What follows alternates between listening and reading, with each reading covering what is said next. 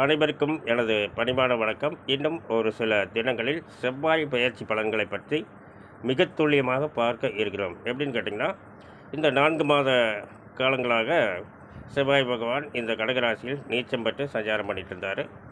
இப்போது சிம்ம ராசிக்கு பயிற்சியாக போகிறார் இன்னும் ஒரு சில தினங்களில். இந்த 12 ராசிகளுக்கும் இந்த கடகராசியில் சஞ்சாரம் பண்ணும்போது என்ன பலனை கொடுத்தார், இப்போ சிம்ம ராசிக்கு வரும்போது என்ன பலன்களை கொடுக்க போகிறார் அப்படிங்கிறத மிக துல்லியமாக பார்க்க போகிறோம். அனைவரும் பார்த்து பயனடைய வேண்டும். அது மட்டும் இல்லாமல் இந்த இந்த கடந்த 4 மாத காலமாக நீச்சத்தன்மையிலிருந்து 12 ராசிகளுக்கும் எந்த இடமாக வந்தது அப்படிங்கிறத மட்டும் இப்போ பார்த்துடலாம்.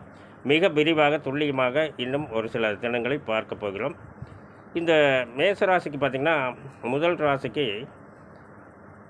அதாவது சுகஸ்தானத்தில் 4ஆம் இடத்துல சுகஸ்தானத்தில் வண்டி வாகனங்கள், தாய், சொந்த பந்தங்கள் இந்த மாதிரி இருக்கிற இடத்துல நீச்சம் பெற்று ராசி அதிபதி முக்கியமாக இதை நீங்கள் நல்லா கவனிக்கணும். இந்த மாதிரி இருக்கும்போது என்ன பலனை கொடுத்தார், சிம்ம ராசிக்கு வரும்போது என்ன பலனை கொடுக்க போகிறார் அப்படிங்கிறத மிக துல்லியமாக ஒவ்வொரு ராசிக்கும் பார்க்க போகிறோம்.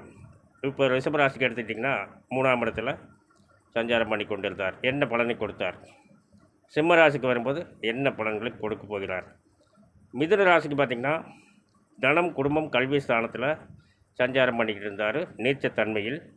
அதாவது உங்களுக்கு 11ஆம் இடத்து அதிபதி. இதை நல்ல ஞாபகத்தில் வச்சுக்கோங்க.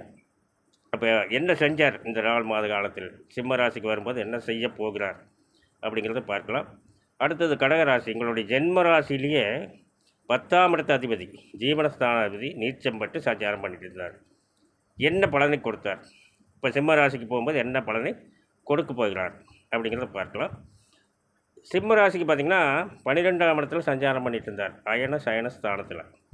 இப்படி இருக்கும்போது என்ன பலன்களை சிம்ம ராசிக்கு கொடுத்தார், இப்போ உங்கள் ராசிக்குள்ளேயே வரும்போது என்ன பலனை தரப்போகிறார் அப்படிங்கிறது பார்க்கலாம். கன்னி ராசிக்கு எடுத்துக்கிட்டிங்கன்னா அஷ்டமாதிபதி.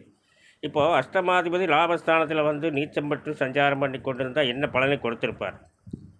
இப்போ உங்கள் ராசிக்கு, ஜென்ம ராசிக்கு 12ஆம் இடத்துக்கு வரப்போகிறார், என்ன பலனை தரப்போகிறார் அப்படிங்கிறதையும் மிக துல்லியமாக பார்க்கலாங்க.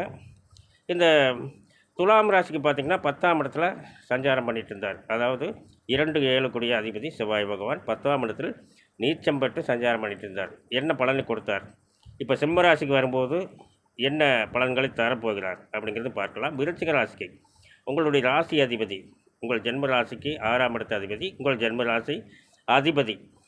இப்படி இருக்கிறனால இவர் 4 மாத காலமாக நீச்சம் பெற்று கடகராசியில் சஞ்சாரம் பண்ணிட்டு இருந்தார். என்ன பலனை கொடுத்தார், இப்போ சிம்ம ராசிக்கு வரும்போது என்ன பலனை தரப்போகிறார்.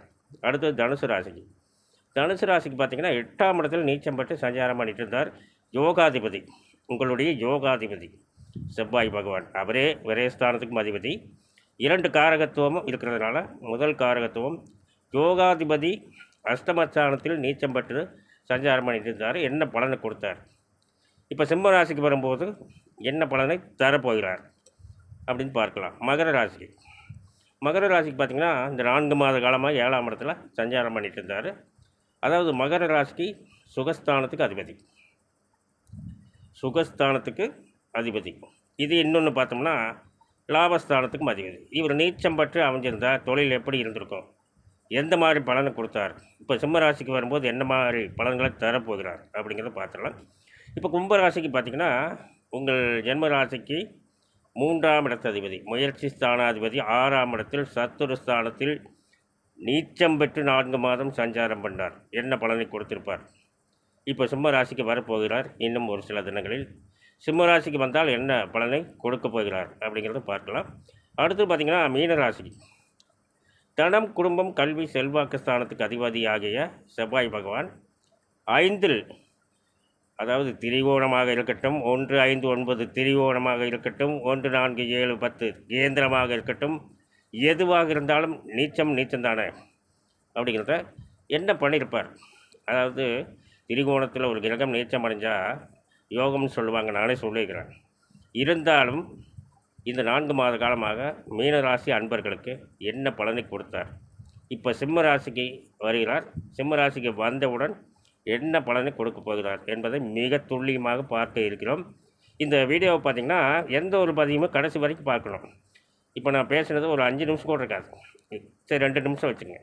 இந்த 2 நிமிஷம் கூட ஒரு பொறுமையாக பார்க்கலைன்னா இதில் வரக்கூடிய முக்கியமான கருத்துக்களை எப்படி நீங்கள் ஒவ்வொருத்தரும் தெரிஞ்சுக்கிறது? அதனால் கொஞ்சம் சிந்திச்சு பாருங்கள்.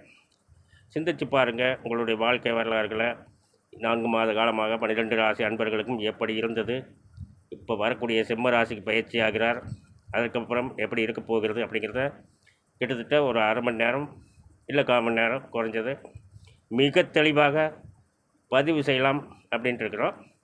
அனைவரும் பார்த்து பயனடைய வேண்டும். நன்றி, வணக்கம், நல்வாழ்த்துக்கள்.